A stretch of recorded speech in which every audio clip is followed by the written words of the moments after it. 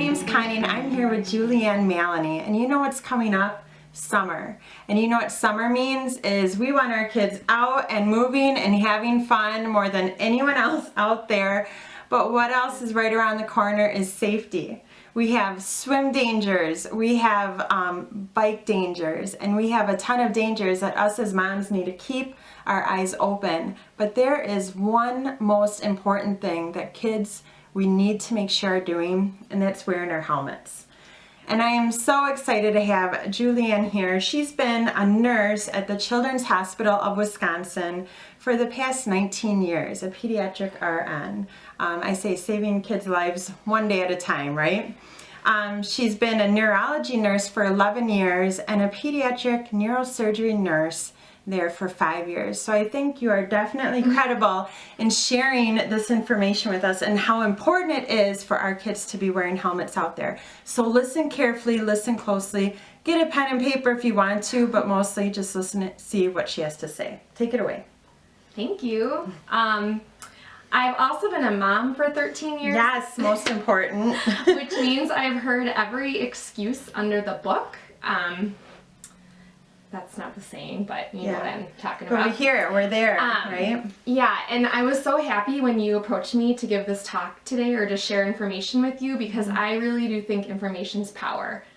And oftentimes people make uninformed decisions, which turn out to be bad decisions. And I feel like if people are given the correct information, then hopefully they can make good, safe decisions for both themselves, for all you teenagers watching, and for us as parents.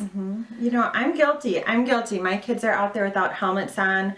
I'm on the phone texting, not paying attention to the kids riding their bikes or walking or crossing the street. I'm guilty of all of this, and I know there's a lot of other moms out there that can say the same. Another important thing is you might start with the best intentions and then you get worn down. I've heard every excuse under the sun. My 11-year-old son is a classic excuse giver. You know, it's right down the street, Mom. I'm just going around the block. I've never fallen before. You're a worrywart. I look like a nerd. You name it. I've heard all of the excuses, and I always say the same thing, and that's that God only gave you one brain and you have to protect it. Period. End of story. Because there's such a thing as accidents. Accidents. What is the definition of an accident? It's an unfortunate incident that happens unexpectedly. It is not planned. It is not expected. When I tell my child to wear a helmet, I'm not telling them that I don't trust them or I don't think that they're a good sportsman. I'm being safe. Wanting to prevent an accident, right? Or prevent a really bad sequelae of an accident. And even the doctors, when we go to doctor's appointments, they say, "Are you wearing your helmet?" And they're looking at the kids saying, "Are you wearing your helmet?" Kids are looking at me like, "What should I say? What should I say?" And the doctors pick up on that, and they say you only, just like you said, you only have one brain. Protect it, protect it, protect it. Yeah, because like unlike some cells of other organs that can reproduce, brain cells can't. Right. So once you injure your brain cells, they're dead. That function is gone. It's scary. It's scary. And unfortunately, I'm super jaded because of where I work, because I see this stuff all the time. And that's what I want to convey to you today, is to actually give you real examples and kind of put it into a more realistic frame for you, because I think, you know, it's sometimes kind of mysterious and you don't really understand what really can happen. Right. 70% of our kids and adolescents ride bikes. That is a wonderful thing. People are being active. People are out there. No more than 25% of these kids are wearing helmets. It's just a fact. And the sad part of it is that children and adolescents ages 14 and under are 5 times more likely to get hurt and sustain injuries in a bicycle-related crash than any other group. So why is that? Why are all our kids getting hurt? They're daredevils. They believe that their skill level is way higher than it is. They have slower reaction times, and they're less coordinated. So that's a prime setup for falling and this getting hurt. Just in the driveway, just in the front yard, just next door, just with the kids riding and running into each other. The majority of accidents occur right in the neighborhood, less than a mile from home. So when my son says to me that he's just going around the block, it doesn't really fly. Yep. So Now, in order to understand, I'm not going to go into a huge science lesson, but find it fascinating. I'm just going to go through a little bit about The nurse in you. the nurse in me, the neurology nurse in me. I'm just going to go into a little bit about, like, well, what's under here? Like, that's what I think you really have to understand that first before you can understand how it gets hurt. Very cool. So, We're going to be sharing some slides with you as well, so make sure to follow along. all right, so the first thing to think about is the skull. And 8 out of 22 of your skull bones protect your brain. That is their major purpose. And the bones are connected by sutures. So you've all heard of a baby's soft spot. When kids under the age of 2, their skull bones are not fused together yet, and that's why you feel the soft spot of a baby. After the age of 2, everybody's skull pretty much looks like this. It's one solid, fixed container. It holds your brain. It holds a fixed volume. And that's important for a little bit later on. Now, underneath the skull, you have 3 more layers that have been designed specifically to protect your brain. All right, so here again, this is just important to understand.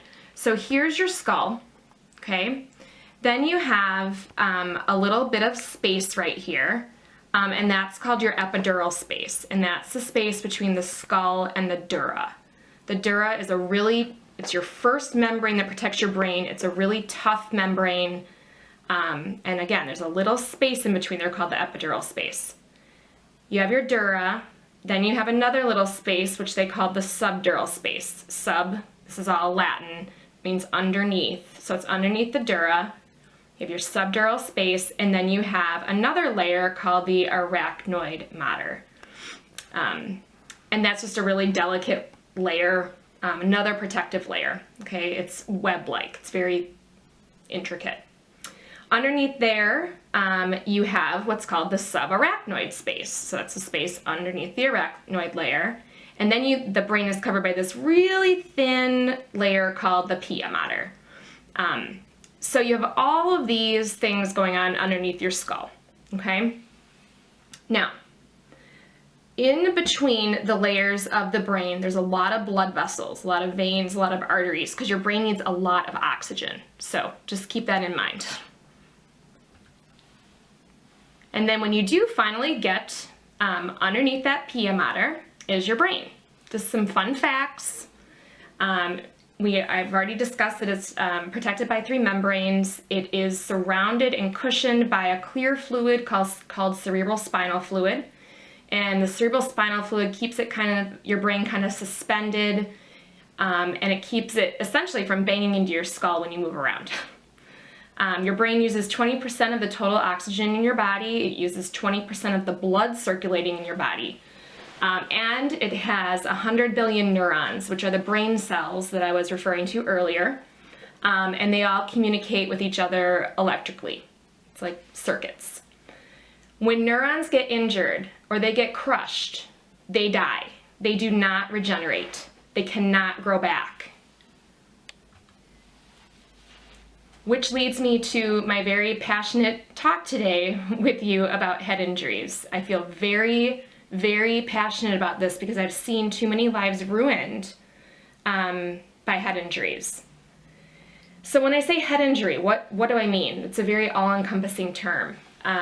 This could be anything from skull fractures, from intracranial bleeds, epidural hematomas and subdural hematomas, concussion, which I think has been talked about very widely in the media, definitely over the past couple years, and permanent neurologic deficits, which cause a permanent loss of function.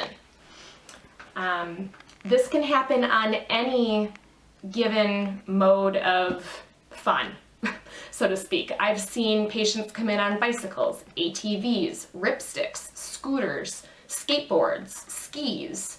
I'm focusing more on springtime, but we see this all the time. I saw a patient today who was recovering from a snowboarding accident. Now, let's start with the most basic, the skull fracture. Now, people normally don't really think about this, but your skull is comprised of a bunch of bones, and they can break just like anything else. They can break just like an arm, a finger, you name it. The skull fracture is usually the least of the problems. If you bang your head hard enough to cause a fracture in your skull, which I can show you here, your child or you are at very high risk of other serious problems. Now, this is a picture of an x-ray. This is all bone around here, and you might notice this break, this divot.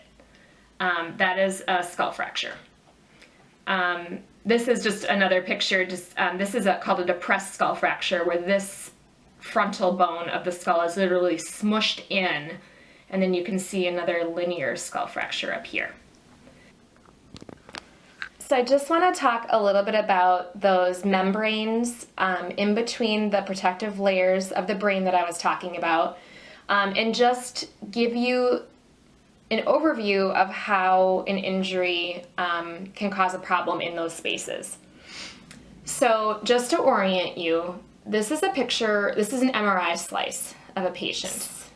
All of this gray area here is blood, okay? That should not be there. It is pushing against this brain. All of this dark gray is healthy brain. Here's the scenario. A child is riding and falls off of his bike or his skateboard, you name it, without riding a helmet. He falls suddenly after going a high speed, and his brain crashes against his skull. A blood vessel then in one of the either the subdural space or the epidural space tears, and it starts to bleed. Blood then really doesn't have any place to go because the skull is a fixed volume, it's a fixed space. So it starts to pool in this case, the subdural space of the brain. And it starts to push down on healthy brain. Now, when you add volume to a fixed space, we can all go back to our science classes, pressure increases. Pressure inside the skull is not a good thing. When you have increased intracranial pressure or pressure inside of your skull, you have now turned into a medical emergency. Things that you'd be watching for: headache, nausea, vomiting, confusion, double vision, pupils that aren't reactive to light, or pupils that are uneven in size, right versus left, seizures, loss of consciousness. All of these things could indicate that you could have a serious problem going on underneath your skull. And as you can see, like I said, a lot of these things also sound like the things that you're taught about ad nauseum through the media, through school, with concussion. So it gets very tricky. But if you have increased intracranial pressure due to a bleed, you are in surgery. You are undergoing a brain surgery. This picture, I'm sorry for all of you with weak stomachs, but I think it's very powerful. This is skull. When a neurosurgeon has to go in to take blood from the surface of the brain, he cuts your skull. So this doctor has cut the skull. Right underneath the skull, you can see that you have a lot of blood that is not supposed to be there. And then underneath that, you can see one of the coverings of the brain. This is a big deal. Patients recover in the ICU. They have, a few days recovery. This is a big deal. My first example is an 11-year-old named Anna. I met her in September, and she was riding a ripstick. My son has a ripstick. They're super fun.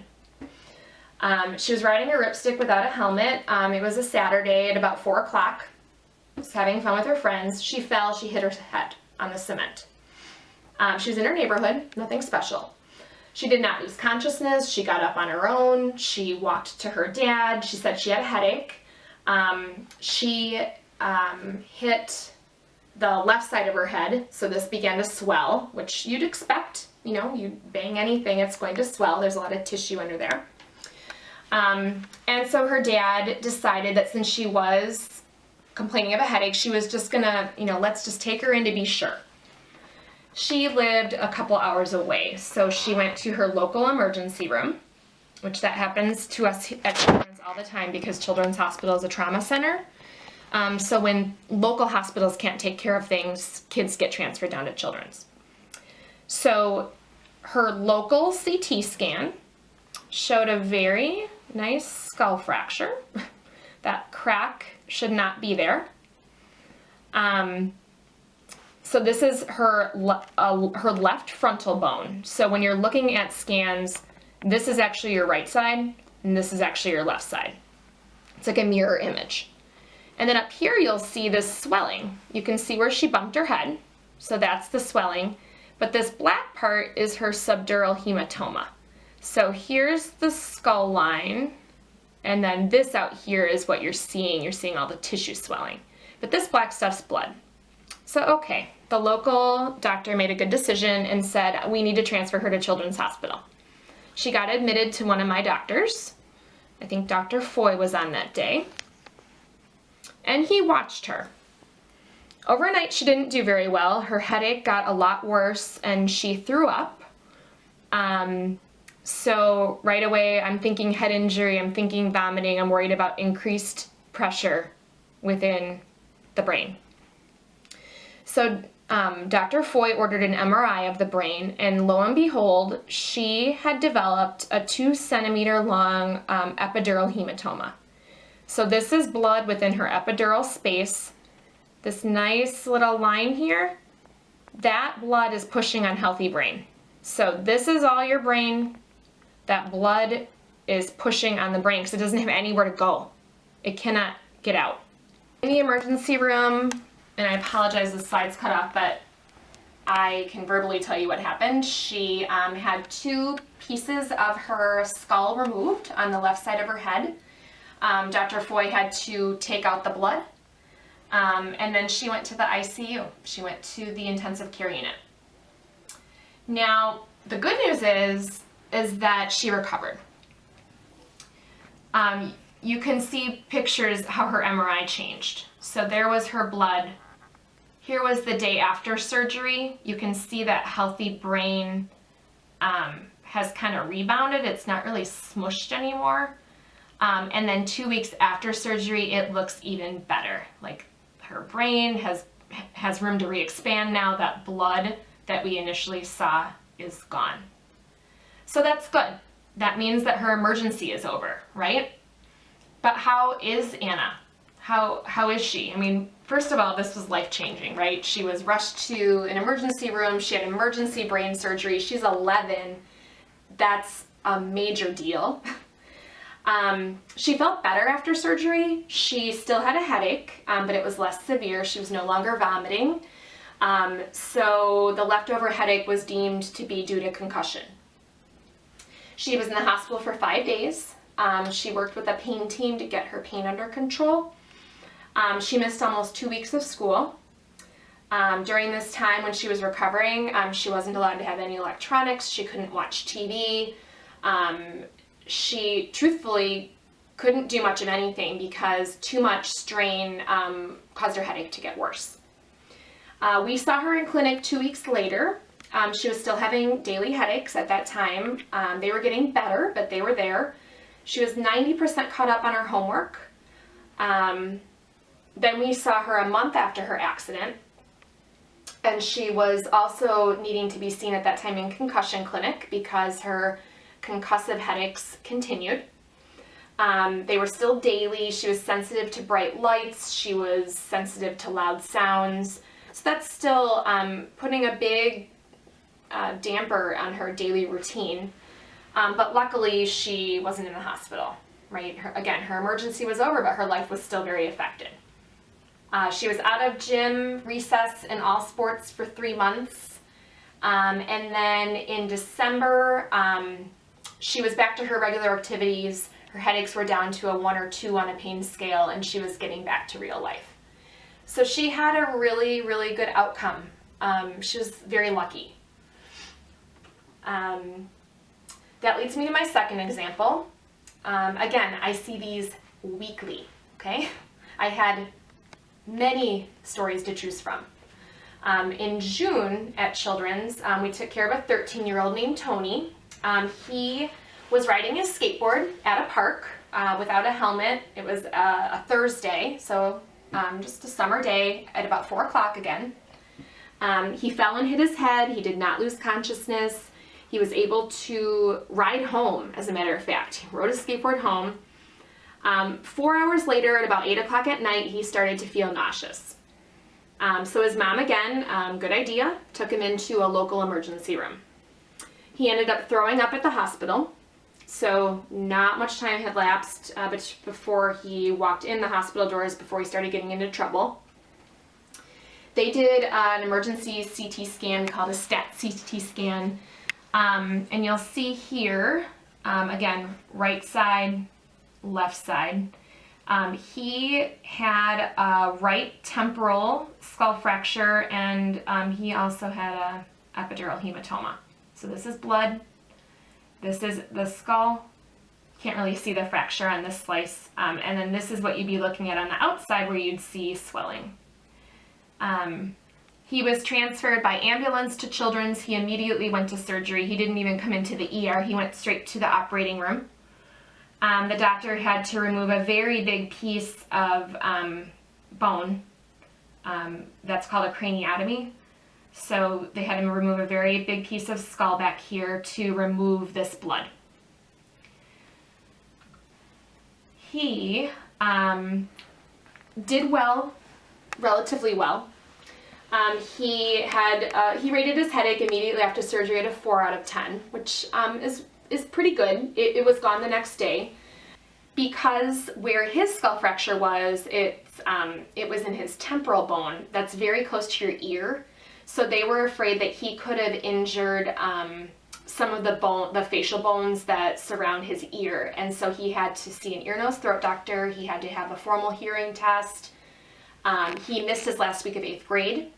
He missed his 8th grade graduation. Months after his accident that was in June, he was still having headaches about 4 times a week, and he was having dizzy spells.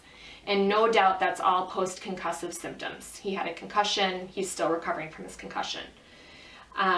He is scheduled to have cognitive testing to see if he is having any more permanent issues with things like memory due to his fall.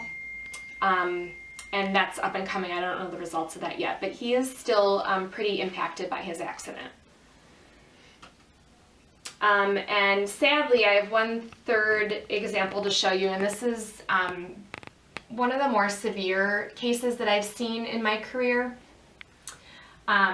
Amy was, she's a twin sister. She was a 14-year-old honor student, had just graduated from 8th grade, and she was sitting on the back of her dad's ATV, and she didn't have a helmet on. Unexpectedly, again, a complete accident, the ATV lurched forward and she fell backward, and she struck the back of her head. She lost consciousness. This was a very dire emergency. She was rushed by ambulance to a local hospital, and then she was brought to Children's by Flight for Life. They were very, very worried about brain damage.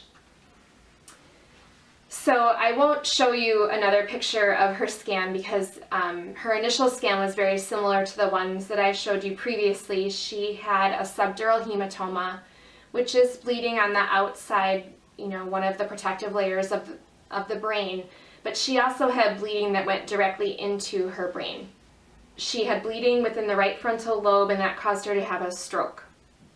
The stroke left her ability to move her left side of her body, because it was the right side of her brain, so that controls the left side of your body, was very, very affected. She was at Children's for 6 weeks for intensive rehab. When she was able to leave the hospital, that was awesome, and she had made great gains.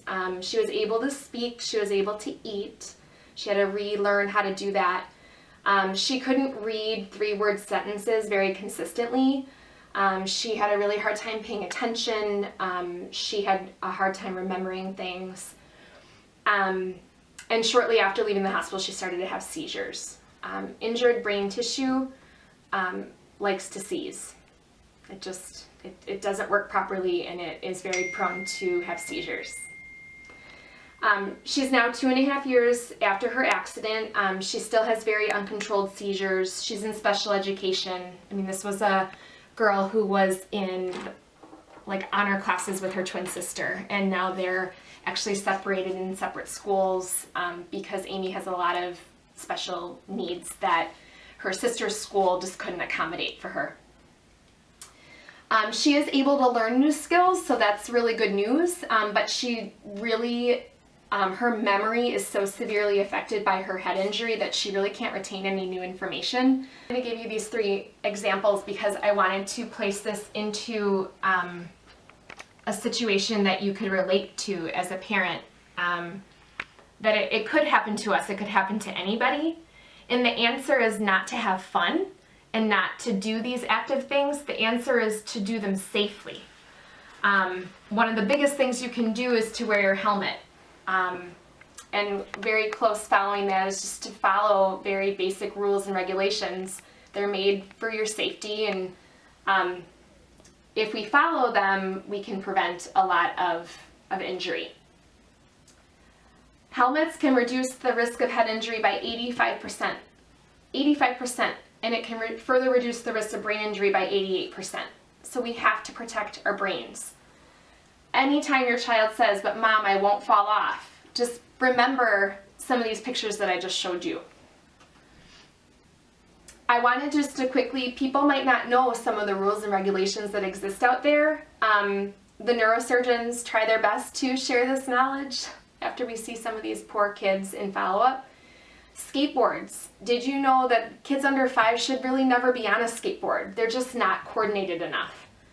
In ages 6 to 10, these kids should always be supervised by an adult. We really shouldn't be promoting kids riding on homemade ramps. Go to a skate park. These things are like federally regulated. They have safety standards in place that the equipment has to meet up to. Go there. Don't skate on the road. Don't skate when it's turning dark outside. Don't wear headphones while riding. Stay alert. I can't stress that enough. Keep in mind that kids have a higher center of gravity. They have poor balance. Their motor skills aren't fully developed. They have slow reaction times. They have less coordination than adults. So even though they feel like Superman and they feel invincible because their frontal lobes aren't fully developed yet, they're not. They're more at risk to get hurt. ATVs. I can't stress this enough because I don't know of something that doesn't make more, it makes me confused. I can't put it into words. People that aren't allowed to drive a car should not be driving an ATV. I know they're fun, but think about this. Kids do not have the correct set of judgment skills and motor skills. They can't operate an ATV safely. And I know you're going to be the bum parent that says, "Let me ride, you can be my passenger." But it doesn't make any sense that kids under 16 are driving ATVs. All riders should take a safety course. All riders should be helmeted. All passengers should be helmeted. And skates, pretty obvious. But again, I can't stress it enough. Please don't ride in the dark. You can't see a thing. You can't see cracks. You can't see a thing. Don't wear your headphones. Be alert. Drivers aren't always the most alert these days. You have to be alert. Again, this is all, repetition, but maybe it'll sink in. Wear a helmet, even on short rides, even when you're close to home. Most accidents occur close to home. It's been proven in studies. Parents, we should set an example for our kids and ride and always wear a helmet too, and that even goes for dads.